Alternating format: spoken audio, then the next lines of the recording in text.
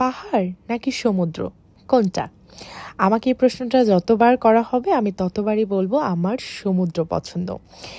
বিবাহবার্ষিকী হোক বা যে কোনো উপলক্ষ হোক, সমুদ্র দেখতে আমার কখনোই ক্লান্ত লাগে না। আমার ফেভারিট ডেস্টিনেশন হচ্ছে সমুদ্র। আর আজকে আমরা চলে যাচ্ছি ইজো পেনিনসুলাতে সমুদ্র দেখার জন্য।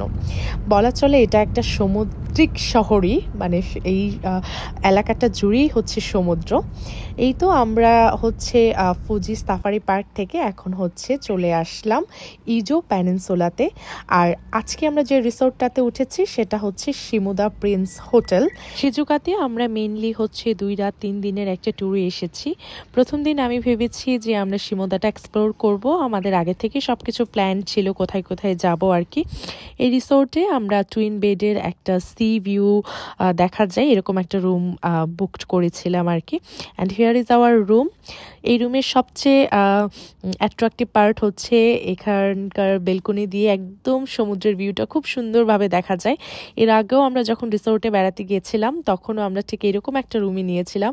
আর আনফর্চুনেটলি সব রিসোর্টেরই এই টাইপের রুমগুলি না একই রকম ডেকোরেশন থাকে। এর আগের বার যখন আমরা বেড়াতে গিয়েছিলাম ঠিক একই রকমের ডেকোরেশন পেয়েছিলাম, তখনও টুইন বেডের একটা রুমই আমরা বুক করেছিলাম আর কি।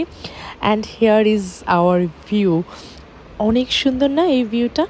এই ভিউটা দেখতেই আসলে আমি বারবার এই টাইপের রিসোর্টগুলিতে আসি আর কি বিভিন্ন অকেশনে।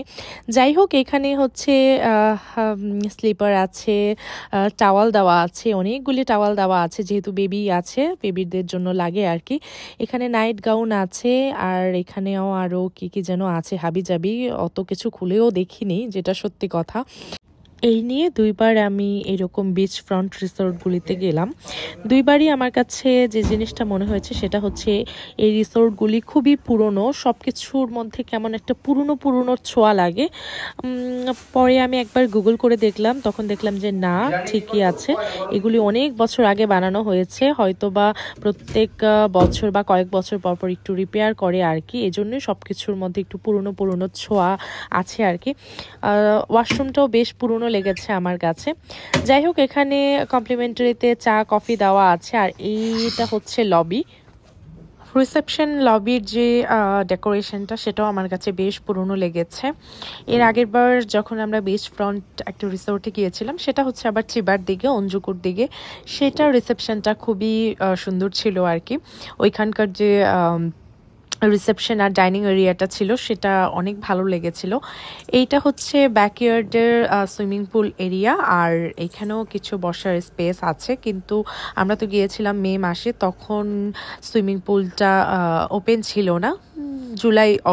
জুন জুলাই অগাস্টের দিকে হয়তো বা সুইমিং পুলটা খোলা থাকে, ওপেন করে দেয় আর কি ওরা।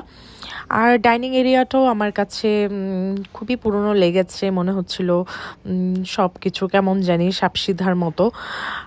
এই হচ্ছে অবস্থা। সবকিছু মিলিয়ে আমার কাছে এই হোটেলের ডেকোরেশনটা তেমন বেশি একটা ভালো লাগেনি। এইটা হচ্ছে ওদের নিজস্ব বিচ এন্ট্রান্স, যেটা ওদের রিসোর্টের গেস্টরাই শুধুমাত্র ইউজ করতে পারবে। এইটা আমার কাছে খুবই ভালো লেগেছে। এখান দিয়ে নেমে একটা সিটিং জোন আছে, যেটার মধ্যে বসে সবাই হচ্ছে কি বলে সি ভিউ এনজয় করতে পারবে। আমার ইচ্ছা আছে পরদিন ব্রেকফাস্টটা এখানে বসে করার।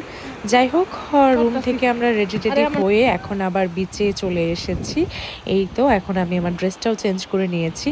আর অ্যানিভার্সারি উপলক্ষেই হচ্ছে আমি মেনলি হাত ভরে চুড়ি পরেছিলাম। একটু মনে হয় না ওই যে কি বলে বিয়ের পর মেয়েরা যেভাবে হানিমুনে যায়, তো আমার বিয়ের পর তো আমি এভাবে কোথাও যেতে পারিনি, তাই সেই শখটা আর কি পূরণ করলাম।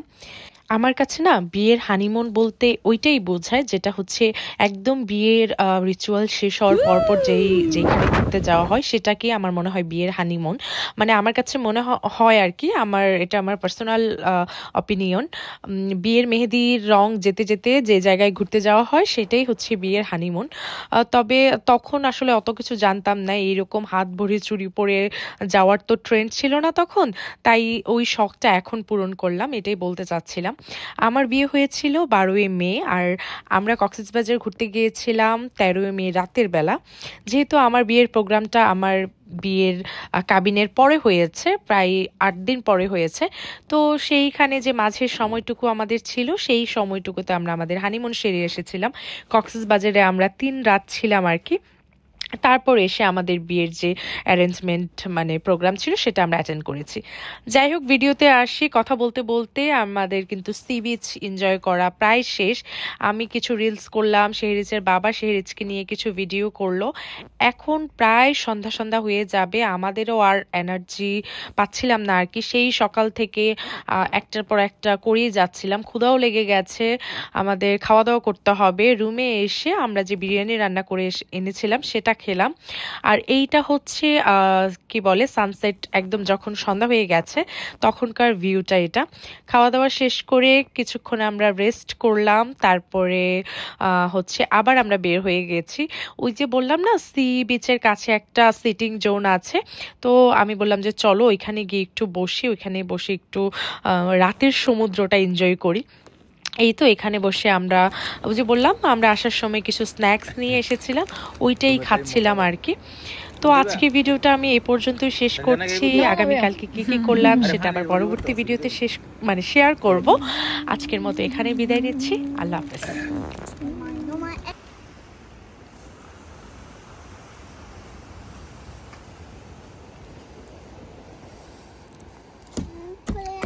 Where's your good night?